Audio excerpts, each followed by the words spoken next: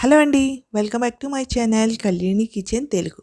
ఈరోజు మన వీడియోలో స్వీట్ షాప్ స్టైల్‌లో దాల్ముడి మిక్చర్‌ని ఇంట్లోనే బయట కొనకుండా ఏ విధంగా చేసుకోవచ్చో చూపిస్తానండి. చాలా సింపుల్‌గా చేసుకోవచ్చు.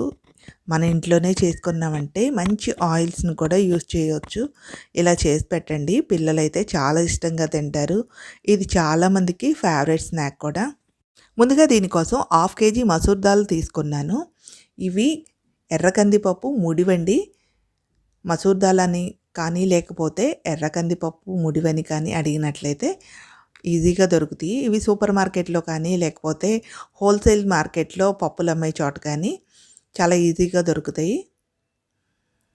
ముందుగా వీటిని వాటర్ వేసుకొని ఒక 2, 3 సార్లు నీట్‌గా వాష్ చేసి తీసుకోవాలి. ఇలా చేసుకున్న తర్వాత దీంట్లో వాటర్ యాడ్ చేసుకొని ఒక 5, 6 గంటల పాటు నానబెట్టుకోవాలి. అంతకన్నా ఎక్కువ నానబెట్టాల్సిన అవసరం అయితే లేదండి. ఒక 5, 6 గంటలు నానబెడితే సరిపోతుంది.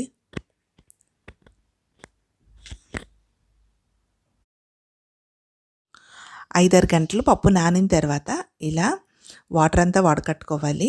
ఇలా ఒక స్ట్రైనర్‌లో కానీ లేకపోతే జల్లెడలో కానీ వేసి వాటర్ వడకట్టేసుకొని ఒక క్లాత్ మీద వేసుకొని ఆరబెట్టుకోవాలి. ఒక 10, 15 నిమిషాలు తడంతా పోయే వరకు ఆరితే సరిపోతుంది. ఇప్పుడు కారపూస చేసుకోవటానికి ఒక కప్పు శనగపిండిని తీసుకొని అందులో ఒక పావు టీ స్పూన్ వరకు ఉప్పును కూడా వేసుకోవాలి. ఇలా వేసుకొని కొంచెం కొంచెం వాటర్ యాడ్ చేసుకుంటూ పిండిని కలుపుకోవాలి. పిండిని మరీ గట్టిగా చపాతీలా కాకుండా కొంచెం లూజుగా కలుపుకోవాలి. ఒకేసారి వాటర్ యాడ్ చేసుకోకుండా కొంచెం కొంచెం వేసుకోవాలి.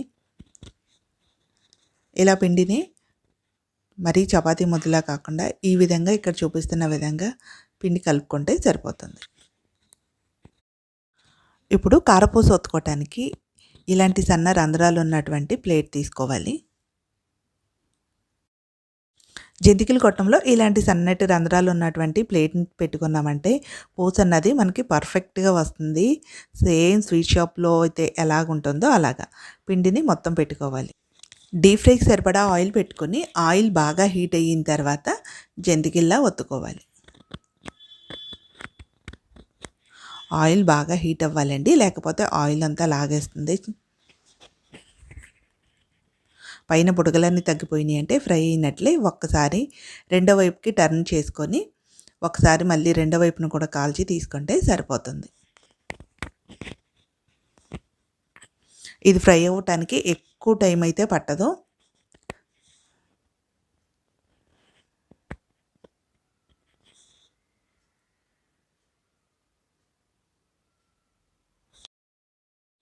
మిగిలిన పిండిని కూడా అదే విధంగా ఒత్తుకోవాలి.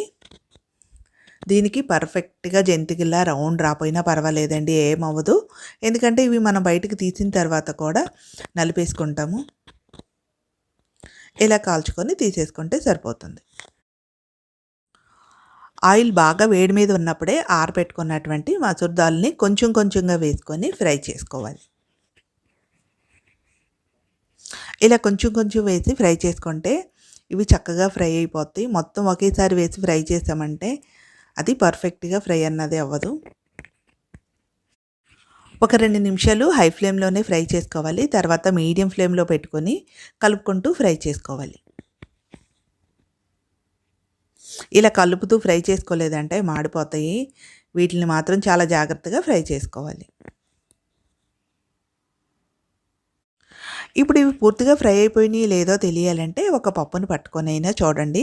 లేకపోతే ఆయిల్ బాగా ఫ్రై అయిపోయినాయి అంటే ఆయిల్లో నుంచి బుడగలు రావటం కూడా ఆగిపోతుంది. అలా ఆగిపోయిందంటే ఇవి పూర్తిగా ఫ్రై అయిపోయినట్టే. వీటన్నిటిని ఒక స్ట్రైనర్లోకి తీసుకొని పక్కకు తీసుకోవాలి. అలాగే మిగిలిన పప్పును కూడా వేయించి తీసుకోవాలి.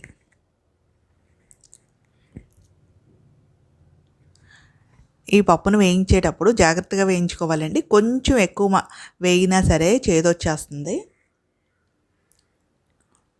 ఇవి వేగిన తర్వాత ఇలా స్ట్రైనర్లో తీసుకొని ఊపినప్పుడు గలగల సౌండ్ వచ్చిందంటే మనకి పర్ఫెక్ట్గా వేగినట్లు. ముందుగా కారపూసని చిన్న చిన్న ముక్కలుగా నలుపుకోవాలి. ఇలా కారపూసని నలుపుకున్న తర్వాత రెండింటిని కలిపేసి ఒకసారి మిక్స్ చేసుకోవాలి.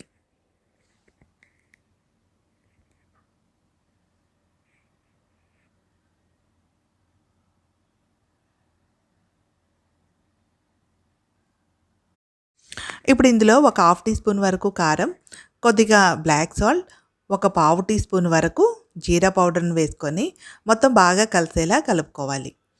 ఇక్కడ బ్లాక్ సాల్ట్ లేని వాళ్ళు స్కిప్ చేసేసి నార్మల్ సాల్ట్ అయినా వేసుకోవచ్చండి, పర్వాలేదు. మొత్తం కలుపుకున్న తర్వాత ఒక్కసారి సాల్ట్ చెక్ చేసుకొని మీకు ఉప్పు కారం అన్నది మీ ఇష్టం అండి, చాలకపోతే మరికొంచెం అయినా వేసుకోవచ్చు. టేస్ట్ అయితే చాలా బాగుంటుందండి. ఇంకా దీంట్లో ఎడిషన్గా కావాలనుకుంటే జీడిపప్పును ఫ్రై చేసైనా వేసుకోవచ్చు. టేస్ట్ అయితే 100% స్వీట్ షాప్లో ఏ విధంగా అయితే ఉంటుందో అలాగే ఉంటుందండి. ఒకసారి తప్పకుండా ట్రై చేసి చూసి ఎలా వచ్చిందో కామెంట్ చేయండి. ఇలాంటి మరిన్ని సింపుల్ అండ్ టేస్టీ రెసిపీస్ కోసం నా ఛానల్ని సబ్స్క్రైబ్ చేసుకోండి. Thank you for watching.